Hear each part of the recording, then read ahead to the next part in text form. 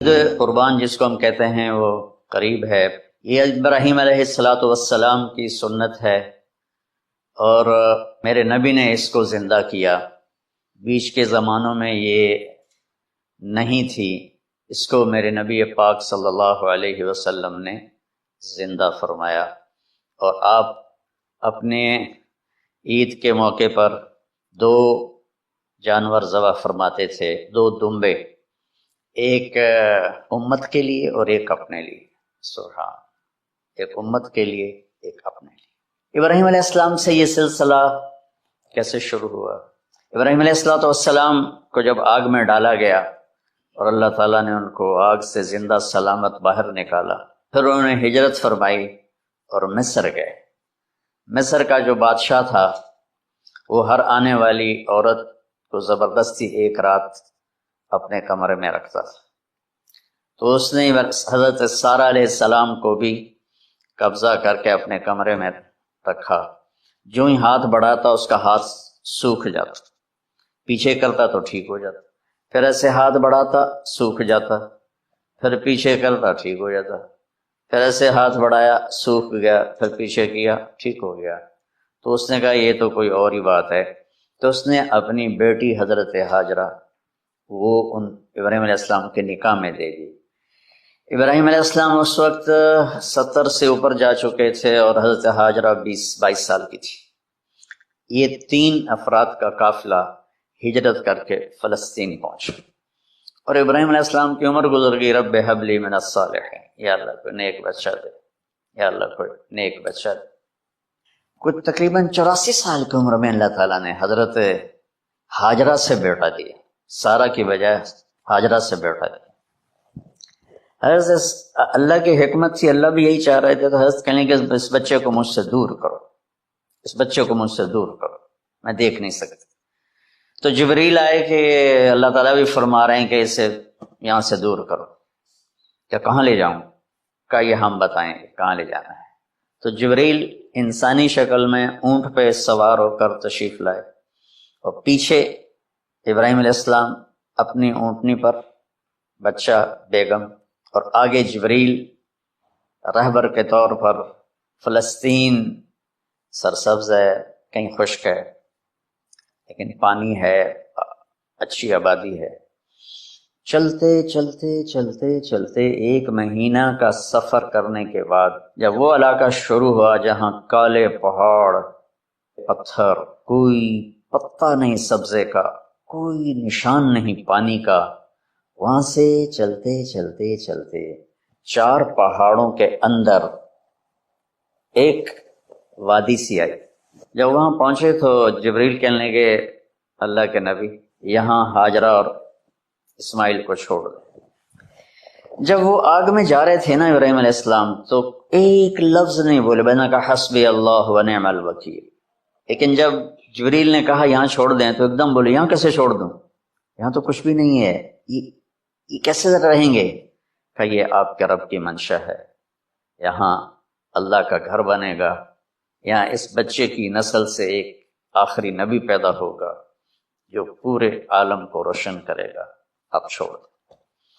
تو وہ وہاں 3 دن رہے، ان کے لیے ایک چھپر سا بنایا لکڑیاں کاٹ کے، یا 2 دن رہے یا 1 دن، یہ تو کوئی تحقیق کوئی نہیں ہے، لیکن ایک چھپر سا ان کو بنا کے دیا ایسے، یعنی اس ایک اوپر لکڑیوں کی چھاؤں کر دی اور نیچے ایسے بانس سے گاڑ دیے اور چل پڑے۔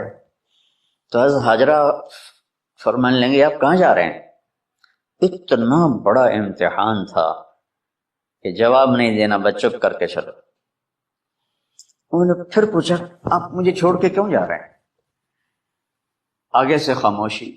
چلتے چلتے 3 میل تک وہ اس طرح چلی۔ جب وہ کدئی پہنچی تو اس وقت ان کو خیال آیا یہ اللہ کے نبی ہیں، کہیں ان کو اللہ نے نہ کہا۔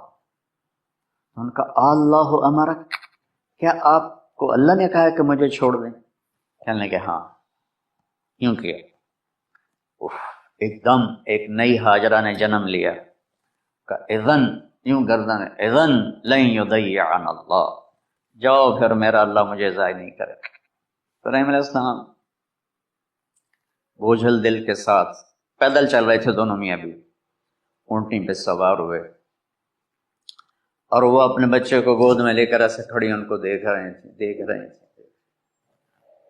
یہ کوئی مہینے کے لیے نہیں جا رہے تھے، پتہ نہیں ہے کب واپس آئیں۔ اج دے بچھڑے قد ملن گے، جانے رب رحمان۔ دیکھتی رہیں۔ تو انہیں ایسے پہاڑی کے اوپر چڑھے کہ اونٹ نیچے اتری، تو پھر انہیں منہ موڑا اور واپس اس وادی کی طرف چلی۔ کیا وقت تھا، صبح تھی، شام تھی۔ جو ابراہیم علیہ السلام غائب ہوئے تو ایک دم آپ نے اونٹنی کا منہ موڑا ادھر ہی اور کہا ربنا انی اسکنت من ذریتی بواد غیر ذی زرع ربنا لیقیموا الصلاۃ۔ کیا طرز ہے، تو جو میرا رب ہے، یا اللہ نہیں کہا، اللہم نہیں کہا، ربنا، یا اللہ تو مہربان ہے، اس میں بھی کوئی تیری مہربانی ہوگی، تیری محبت ہوگی، تیری شفقت ہوگی۔ انی اسکنت من ذریتی، میں نے چھوڑ دیا اپنی اولاد کو، یا اللہ میں نے وہاں چھوڑا جہاں نہ پتہ ہے، نہ دانہ ہے، نہ پانی ہے، تو جان اور یہ جانے۔ اس درد بھری دعا نے عرش کو بھی ہلا دیا اور آپ نے منہ موڑا۔ ایک چھوٹا سی مشکیزہ تھا پانی کا، اس سے گھونٹ گھونٹ پی کے ان کے منہ میں بھی ڈال رہی تھی۔ اس مشکیزے پر 3 دن گزرے، پانی ختم ہو گیا۔ کون اس کے لیے کہہ رہا تھا میں پانی لاتا ہوں کھانا لا سکتا؟ موت تھی دونوں ماں بیٹی کی۔ تو یہ بے قراری میں صفا مروہ کی دوڑ لگائی۔ انہیں پتا تھا کچھ نہیں ہے، انہیں معلوم تھا کچھ نہیں ہے، لیکن وہ اس کو تڑپتے دیکھ نہیں پا رہے۔ وہ بھاگی، صفا پہ چڑھی، نیچے اتری، جہاں وہ ٹیوب لائٹس آتی ہیں وہاں وہ نیچے ہو گئے اور بچہ غائب ہو گیا۔ تو دوڑ لگا، مصر کی شہزادی اور مکے کے نوکدار پتھروں کے اوپر دوڑ رہی تھی۔ جب بچہ نظر آیا پھر آہستہ اٹھے، پھر مروہ پہ چڑھے، پھر صفا پہ چڑھے، پھر مروہ پہ چڑھے، پھر صفا۔ مجھے لگتا ہے صفا مروہ بھی رو رہے ہوں گے اس اور مکے کے پہاڑ بھی رو رہے ہوں گے، سورج بھی اس وقت رو رہا ہوگا۔ آخر وہ مروہ پہ تھک کے گر گئے۔ یہ نہیں کہ انہیں 7 چکر لگانے تھے، 7ویں چکر کے بعد ان کی ہمت جواب دے گئی، وہ گر گئیں اور ان کا جینا چاہا کہ میں بچے کو اپنے سامنے مرتا دیکھوں، اس لیے وہیں گر گئیں کہ میں اتنے مر جاؤں اتنے مر جاؤں۔ پھر ایسے حسرت بھری نظروں سے یوں دیکھا، مر گیا کہ نہیں؟ تو وہاں ایک آدمی کھڑا تھا، پھر مردہ جسم میں پھر جان آ گئی۔ پھر انہوں نے اپنے آپ کو اٹھایا اور دوڑ لگائی۔ پہنچی تو آدمی غائب تھا، ایڑیوں سے پانی نکل رہا تھا۔ کوئی ابراہیم کا گلہ نہیں، شکوہ نہیں۔ 7 چکر اور تڑپ اور درد، اس کے بعد پانی کیوں نکالا؟ پہلے کیوں نہیں نکالا؟ عشق کا راستہ ہی ہے۔ دیکھا تو پانی ابل رہا ہے، فوارے مار رہا ہے۔ تو اس وقت عبرانی لینگویج تھی تو ان کا زمزم زمزم، ٹھہر جا۔ وہ نیچے زور مار، اللہ کو بھی یہی منظور تھا، وہ نیچے زور۔ میرے نبی نے فرمایا اگر میری ماں زمزم نہ کہتی تو پورے عرب کو یہ پانی سیراب کر دیتا۔ جتنا اونچا بنانا ہو بلڈنگ اتنی گہری بنیاد۔ اس ماں بیٹے سے محمد مصطفیٰ نے آنا ہے تو پھر بنیاد تو گہری ہوگی نا۔ 1 سال کے بعد اجازت ملی، جاؤ مل کے آؤ۔ 1 سال کے بعد اونٹنی کا سر نظر آیا تو دل اچھل کے آسمان کو جا لگا کہ میری آنکھوں کی ٹھنڈک آ گئی، میرے سر کا سایہ آ گیا، میرے بیٹے کی چھاؤں آیا۔ وہ اونٹنی اٹھائی، کہا تشریف لائیے۔ کہنے لگے اترنے کا حکم نہیں ہے، صرف ملاقات۔ نہ آتے صبر آیا ہوا تھا، صبر توڑ کے پھر جا رہے ہیں۔ اف نہیں کی آہ نہ کر لبوں کو سی. کہنے لگی اچھا بچہ گود میں دے دوں گا. سینے سے لگا پیار کی. بہتے آنسو بچے کے رخسار پہ گرے. بچوں کو پتہ نہیں کون. کہنے لگی اجازت ہے آپ کا سر دھو دوں, منہ دھو دوں, پاؤں دھو دوں, ہاتھ دھو دوں؟ یہ پانی پاک ملا ہے. ٹھیک ہے. فلما بلغ معه السعي, بھاگنے دوڑنے لگا, دل میں اتر گیا, نظروں کو بھا گیا, تو خواب آنے شروع ہوئے. قیمتی چیز قربان کرو, جانے کتنی بکریاں قربان کر دیں. پھر خواب آیا قیمتی چیز قربان کرو, پھر گائے قربان کر دیں, عدد مجھے یاد نہیں ہے. پھر خواب آیا قیمتی چیز قربان کرو, اونٹ قربان کر دیے. پھر خواب آیا قیمتی چیز قربان کرو, تو پھر خیال آیا کہ یہ اسماعیل کی طرف اشارہ ہے. میں اس تصور میں جب ڈوبتا ہوں میں رونا شروع کر دوں. اور یہ 92 سال کی ہستی بڑھاپے میں 1 مہینے کی اذیت برداشت کرتے ہوئے جا رہے ہیں کہ بیٹا ذبح کرنا ہے, بیٹا ذبح کرنا ہے, بیٹا ذبح کرنا ہے. تو وہاں پہنچے تو اب اسماعیل نے جانا ہے کہ یہ ہیں میرے ابا. وہ کیسے لپٹے ہوں گے, کیسے چوما ہوگا, کیسے پیار کیا ہوگا. لیکن کہا کہ بچوں کو تیار کرو, میں اس کو سیر کرانے لے جا رہا. بڑی خوش ہوئی ماں بھی, بچہ بھی اچھل رہا ہے. اور لے کے پہنچے جمرہ کبریٰ پر, وہ جو شیطان کو 3 جگہ مارتے ہیں, تو آخری جگہ وہاں اس وقت ایک تنگ سی جگہ تھی پہاڑوں میں گھری ہوئی. وہاں پہنچے. یا بنیا انی, کوئی شک شبہ والی بات, ارا فی المنام انی اذبحک, میں نے تمہیں ذبح کرنا ہی ہے. انی دو انی میں نے تمہیں ذبح کرنا ہے. فانظر ماذا ترى, تیری رائے کیا ہے؟ قربان جاؤں اس ماں پہ جس نے 7-8 سال کے کو کیا ترتیب, کیا تربیت دی. یا ابت فعل ما تؤمر, ابا جی, بابا جی, آپ کریں نا, دیر کیوں کر رہے ہیں. ستجدنی انشاء اللہ من الصابرین, آپ دیکھیں گے میں آپ کی آزمائش پہ پورا اتروں گا, اور اللہ کی آزمائش پر بھی پورا اتروں گا. پھر معصوم ذہن ادھر چلا گیا ماں کی طرف. کہنے لگے ہاں یہ بات ہے کہ میری ماں کو بڑی تکلیف ہوگی, تو اس لیے نا اپنا کرتا اتارا. بابا جی یہ کرتا آپ میری ماں کو دے دیں, تو جب مجھے یاد کرے گی میرا کرتا دیکھ لے. اور آپ نے مجھے یہیں دفن کرنا ہے, ادھر نہیں لے جانا. اور آپ بھی احتیاط کریں, مجھے الٹا الٹا ہے, اللہ الجبین, میرا سر زمین پہ لگا ہے, گردن میں, تاکہ آپ کو تکلیف نہ ہو مجھے دیکھ. جیسے ابراہیم علیہ السلام کا تصور کر کے میری چیخیں نکل کہ انہوں نے جب ان کی کمر پہ گوڈا رکھا ہوگا یوں کر کے, ہاتھ باندھے, پاؤں باندھے, تو سر کے بال یوں اٹھا کے یہاں لائے ہوں گے سر پر, چھری یہاں رکھی ہوگی, کیا کہتے ہیں, تو یوں آسمان کو دیکھ کے یا اللہ کیا تم مجھ سے ناراض ہو گیا کہ میرے دل میں اسماعیل زیادہ اتر گیا ہے. یا اللہ ایسا کبھی نہیں, یا اللہ یا میرا کوئی امتحان تو لے رہا ہے, یا اللہ تیرے اوپر سب کچھ قربان ہے. اور یوں چلائی, اور اللہ تعالیٰ نے چھری کی کیا حیثیت ہے, اس نے چلنے سے انکار کر دیا. پھر چلائے, پھر چلائے. بازی کتابوں میں ہے تو صحیح, لیکن روایت کی کتنی حیثیت ہے وہ تو مجھے نہیں پتا. لیکن چونکہ یہ ایک تاریخی چیز ہے کہی جا سکتی ہے.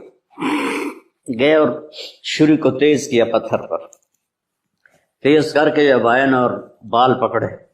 آسمان کے فرشتے 2 دفعہ روئے ہیں انسانی تاریخ.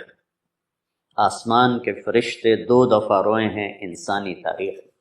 ایک جب ابراہیم علیہ السلام نے ان کی کمر پہ اپنا گھٹنا رکھا کہ سر کے بال پکڑ, اور چھری پکڑ کے یہ کہا یا اللہ تم مجھ سے ناراض ہو, تو آسمان کے فرشتوں کی چیخیں نکل.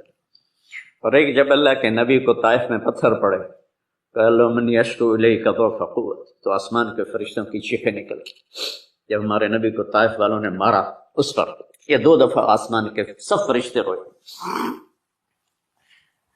تو پھر اللہ نے کہا بس نادیناہ ان یا ابراہیم قد صدقت الرؤیا انا کذالک نجزی المحسنین۔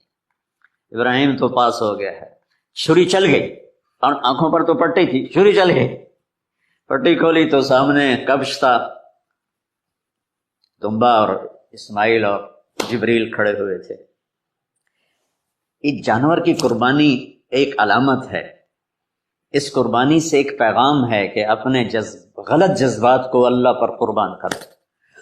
ہم سے اللہ نہیں کہہ رہا بچے قربان کرو، ہم سے کہہ رہا غلط جذبات قربان کرو۔ اپنے جذبات کو دبا دو جو تمہیں اللہ اس کے رسول سے دور کرتے ہیں، ان پر چھری چلاؤ۔ جو اللہ اس کا محبوب کہتا ہے ان کو کرنے کے لیے بھی اپنے جذبات پہ چھری چلاؤ۔ جتنا اونچا بنانا ہو بلڈنگ اتنی گہری بنیاد۔ اس ماں بیٹے سے محمد مصطفیٰ نے آنا ہے تو پھر بنیاد تو گہری ہوگی نا، ایسے تو نہیں ہے نا۔ تو چونکہ محمد مصطفیٰ صلی اللہ علیہ وسلم کو اس بچے اور اس ماں سے اللہ نے وجود دینا، پیچھے ابراہیم والد دینا، ابراہیم علیہ السلام کی نسل میں 4000 انبیاء آئے، بنو اسرائیل میں 4000، اور حضرت اسماعیل علیہ السلام کا ایک ہی جو 1.25 لاکھ پہ بھاری نہیں ہے بلکہ کل کائنات پہ بھاری ہے اللہ کے بعد۔ تو اس لیے پسائی ہوئی یہ جو بناتے ہیں اپنی باڈیز، وہ اپنی کتنی پسائی کرتے ہیں، وزن اٹھاؤ دوڑو، وہ کیا کیا اپنے آپ کو مشقت میں ڈالتے ہیں، تب جا کے وزن وہ نکھر کے آتے ہیں۔ یہاں کوئی آبادی نہیں تھی، یمن سے لوگ جاتے تھے شام تجارت کے لیے، تو قبیلہ جرہم کا گزر تھا، پانی نہیں تھا، تو وہ پانی کی تلاش میں تھے، انہوں نے پرندے دیکھے، وہ کہنے کہ پرندے تو پانی پر آتے ہیں، انہوں نے 2 آدمی بھیجے، آگے دیکھا ایک خاتون ایک بچہ اور کنواں تو نہیں تھا، پانی چشمہ، تو وہ سارے آئے اور کہا کہ بہن ہم یہاں ٹھہر جائیں، کہا ٹھہرو لیکن پانی میرا، ان کا ٹھیک ہے پانی آپ کا ہے۔ تو 1 سال کے بعد اجازت ملی، جاؤ مل کے آئے۔ جس گھاٹی سے ابراہیم کو جدا کیا تھا اس پر کتنی دفعہ حضرت ہاجرہ کی نظر پڑتی ہوگی، اگر آپ اس کو فیل کریں تو یہ قصہ بیان ہی نہیں ہو سکتا، بس رونا ہی پڑے گا۔ اور خاص طور پر آج کے دور میں جب کوئی اللہ کو کی ماننے کے لیے تیار ہی نہیں ہے، کوئی جہنم سے ڈرنے کے لیے تیار نہیں، کوئی جنت کی طلبگار نہیں۔ 1 سال کے بعد اونٹنی کا سر نظر آیا تو دل اچھل کے آسمان کو جا لگا کہ میری آنکھوں کی ٹھنڈک آ گئی، میرے سر کا سایہ آ گیا، میرے بیٹے کی چھاؤں آیا۔ وہ اونٹنی بٹھائی، کہا تشریف لائیے، کہنے کہ اترنے کا حکم نہیں ہے، صرف ملاقات۔ نہ آتے صبر آیا ہوا تھا، صبر توڑ کے پھر جا رہے ہیں، اف نہیں کی آہ نہ کر لبوں کو سی، زخم پہ زخم کھا کے جی، اپنے جگر کا لہو پی، آہ نہ کر لبوں کو سی، عشق ہے دل لگی نہیں، سینے پہ تیر کھائے جا، آگے قدم بڑھائے جا، یعنی زبان حال سے کہہ دے اس کے ہاں ستائے جا۔ کوئی شکوہ گلا نہیں ہے، یہ کیا ملنا ہے، نہ آتے وہیں بیٹھے رہتے، کہنے لگے اچھا بچہ گود میں دے دوں، سینے سے لگا پیار کی، بہتے آنسو بچے کے رخسار پہ گرے، بچوں کو پتہ نہیں کون ہے، کہنے لگی اجازت ہے آپ کا سر دھو دوں، منہ دھو دوں، پاؤں دھو دوں، ہاتھ دھو دوں، یہ پانی پاک ملا ہے، ٹھیک ہے واپس۔ فلما بلغ معه السعي، جب وہ بچہ بھاگنے دوڑنے لگا، دل میں اتر گیا، نظروں کو بھا گیا، تو خواب آنے شروع ہوئے، قیمتی چیز قربان کرو، جانے کتنی بکریاں قربان کر دیں، پھر خواب آیا قیمتی چیز قربان کرو، پھر گائے قربان کر دیں، عدد مجھے یاد نہیں ہے، پھر خواب آیا قیمتی چیز قربان کرو، اونٹ قربان کر دیے، پھر خواب آیا قیمتی چیز قربان کرو، تو پھر خیال آیا کہ یہ اسماعیل کی طرف اشارہ ہے۔ 1500 کلومیٹر ہے، 1 مہینے کا اونٹ کا سفر ہے، چھری لے کر ایک باپ بچے کو ذبح کرنے جا رہا ہے، اس مہینے کے ہر منٹ نہیں ہر سیکنڈ میں اس کے دل پہ کیا گزر رہی ہوگی، کس لیے جا رہا. ساری دنیا پھرتے ہیں، جب گھر واپس آنے کا ہوتا ہے تو خوش ہو رہے ہوتے ہیں کہ پاکستان جا رہے ہیں، پاکستان جا رہے ہیں. کتنی دفعہ اللہ نے دنیا پھرائی. یہ اور اس باپ کی عمر 92 سال ہو چکی. 92 سال مولانا صاحب. اس کی اونٹنی کے قدم کے ساتھ نہیں، ہر سیکنڈ کے ہر کروڑویں حصے میں ابراہیم کا دل پھٹتا ہوگا کہ اس معصوم بچے کو ذبح کیسے کرو. اللہ کی مان کے دکھا دی. اللہ نے تو ہمیں دین ہی آسان دیا ہے، ہم سے تو نہیں بچوں کی قربانی مانگی. ابو بکر صدیق رضی اللہ تعالیٰ نے فرمایا تھا یا رسول اللہ، ایک آیت ہے جس کا مفہوم یہی ہے، اگر اللہ ہمیں کہتا نا بچے قربان کرو، ہم بھی چھریاں چلا دیتے. تو میں اس تصور میں جب ڈوبتا ہوں میں رونا شروع کر دیتا. عاصم کا بازو ٹوٹا، 6 سال کا تھا، اس کو جوڑ رہے تھے تو اس کی چیخیں نہیں کر رہی تھی. میں باہر نکل گیا، مجھ سے چیخیں سنی نہیں گئی، حالانکہ اس کا علاج کرنے کے لیے کر رہے تھے. اور یہ 92 سال کی ہستی بڑھاپے میں 1 مہینے کی اذیت برداشت کرتے ہوئے جا رہے ہیں کہ بیٹا ذبح کرنا ہے، بیٹا ذبح کرنا ہے، بیٹا ذبح کرنا ہے. تو وہاں پہنچے تو اب اسماعیل نے جانا ہے کہ یہ ہیں میرے ابا. وہ کیسے لپٹے ہوں گے، کیسے چوما ہوگا، کیسے پیار کیا ہوگا. یہ بیوی کا آپس میں یہ نہیں پتا کہ کتنے عرصے بعد دونوں نے ایک قدم اٹھایا. لیکن کہا کہ بچوں کو تیار کرو، میں اس کو سیر کرانے لے جا رہا ہوں. بڑی خوش ہوئی، ماں بھی بچہ بھی اچھل رہا ہے.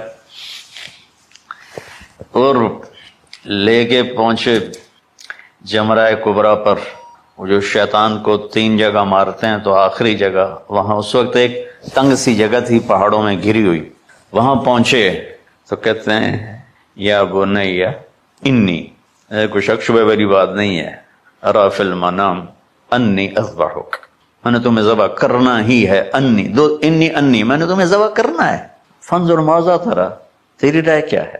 قربان جاؤں اس ماں پہ جس نے 7-8 سال کے بچے کو کیا تربیت دی. یا ابت افعل ما تؤمر، یعنی یا ابت افعل، بیچ میں کوئی حرف نہیں، کوئی عطف نہیں. یا ابت افعل بما تؤمر ستجدنی انشاء اللہ من الصابرین. اس عمر میں اپنی قربانی کو اللہ کے ساتھ جوڑا. اب کرو آپ. یہ جب ماں اپنے بچے کو فوکس کر، آج کی مائیں، میں گلہ کرتا ہوں آپ کے والدین سے، میں گلہ کرتا ہوں، انہوں نے اپنی اولاد کو فوکس نہیں کیا. یہ اپنے دھندوں میں اتنا پھنسے ہوئے ہیں، اپنے کاموں میں. اس بدبخت یہ کیا فون ہے، کیا کہتے ہیں اس کو، اسمارٹ فون، سیمسنگ موبائل، اس میں اتنا گم ہو گئے ہیں کہ بچے اگنور ہو گئے ہیں. 3 سال کا بچہ اسکول جا رہا ہے، اسے ماں کی گود چاہیے، اسے اسکول بھیج رہے ہیں. وہ وہاں میرے بچے کو ڈسلیکسیا تھا، یعنی اس کو، عاصم کو، اس کو پڑھنا نہیں آتا تھا، ایک بیماری ہے. تو اس کی ٹیچریں مار مار مار اس کا حشر کر دی. میرا بچہ برباد کر دیا انہوں. وہ 6 سال کی عمر میں ڈپریشن کا شکار ہو. میں ماؤں سے کہتا ہوں بچوں کو ٹائم دو، تمہارا سرمایہ تمہاری اولاد ہے، اور اولاد ڈگری سے عزت نہیں ملتی. اولاد تمہاری نیک ہوگی تو وہ بلند بخت ہوں گی، عزت پائیں گی. پاکستان کو پڑھے لکھوں نے لوٹا ہے، ان پڑھوں نے نہیں لوٹا. ابا جی، بابا جی، آپ کریں نا، دیر کیوں کر رہے ہیں. ستجدنی انشاء اللہ من الصابرین. آپ دیکھیں گے میں آپ کی آزمائش پہ پورا اتروں گا اور اللہ کی آزمائش پر بھی پورا اتروں گا. پھر معصوم ذہن ادھر چلا گیا ماں کی طرف. کہنے لگے ہاں یہ بات ہے کہ میری ماں کو بڑی تکلیف ہوگی، تو اس لیے نا اپنا کرتا اتارا. بابا جی یہ کرتا آپ میری ماں کو دے دیں، وہ جب مجھے یاد کرے گی میرا کرتا دیکھ لے. اور آپ نے مجھے یہیں دفن کرنا ہے، ادھر نہیں لے جانا. اور آپ بھی احتیاط کریں، مجھے الٹا الٹائیں، طلّہ للجبین، میرا سر زمین پہ لگا ہے، گردن نہیں، تاکہ آپ کو تکلیف نہ ہو مجھے دیکھ. اب میں تو مرغی ذبح ہو رہی ہوں نا تو اس کو تڑپتے نہیں دیکھ سکتا. قربانی کے لیے مفتی صاحبان کہتے ہیں کہ اوپر کھڑا ہونا چاہیے، خود کرے یا اوپر کھڑا، میں نہیں کھڑا ہو سکتا، جانور جب تڑپتا ہے تو مجھے کچھ ہونے لگتا، میں بچوں کو بھیجتا ہوں جاؤ قربانی پہ کھڑے. جیسے ابراہیم علیہ السلام کا تصور کر کے میری چیخیں نکل کہ انہوں نے جب ان کی کمر پہ گوڈا رکھا ہوگا یوں کر کے، ہاتھ باندھے پاؤں باندھے اور سر کے بال یوں اٹھا کے یہاں لائے ہوں گے سر کو، اور چھری یہاں رکھی ہوگی، کیا کیفیت، تو یوں آسمان کو دیکھ کر کہ یا اللہ کیا تم مجھ سے ناراض ہو گیا کہ میرے دل میں اسماعیل زیادہ اتر گیا ہے؟ یا اللہ ایسا کبھی نہیں، یا اللہ یا میرا کوئی امتحان تو لے رہا ہے، یا اللہ تیرے پر سب کچھ قربان ہے. اور یوں چلائی، اور اللہ تعالیٰ نے چھری کی کیا حیثیت ہے، اس نے چلنے سے انکار کر دیا، پھر چلائے. بعضی کتابوں میں ہے تو صحیح، لیکن روایت کی کتنی حیثیت ہو تو مجھے نہیں پتا، لیکن چونکہ یہ ایک تاریخی چیز ہے کہی جا سکتی ہے. کہتے ہیں پھر گئے اور چھری کو تیز کیا پتھر پر، تیز کر کے جب آئن اور بال پکڑے. آسمان کے فرشتے 2 دفعہ روئے ہیں انسانی تاریخ میں، آسمان کے فرشتے 2 دفعہ روئے ہیں انسانی تاریخ میں. ایک جب ابراہیم علیہ السلام نے ان کی کمر پہ اپنا گھٹنا رکھا کہ سر کے بال پکڑ اور چھری پکڑ کے یہ کہا یا اللہ تم مجھ سے ناراض ہو، تو آسمان کے فرشتوں کی چیخیں نکل.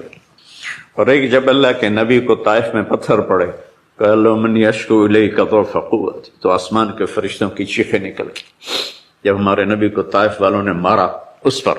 یہ 2 دفعہ آسمان کے سب فرشتے روئے. تو پھر اللہ نے کہا بس نادیناہ ان یا ابراہیم قد صدقت الرؤیا انا کذالک نجزی المحسنین.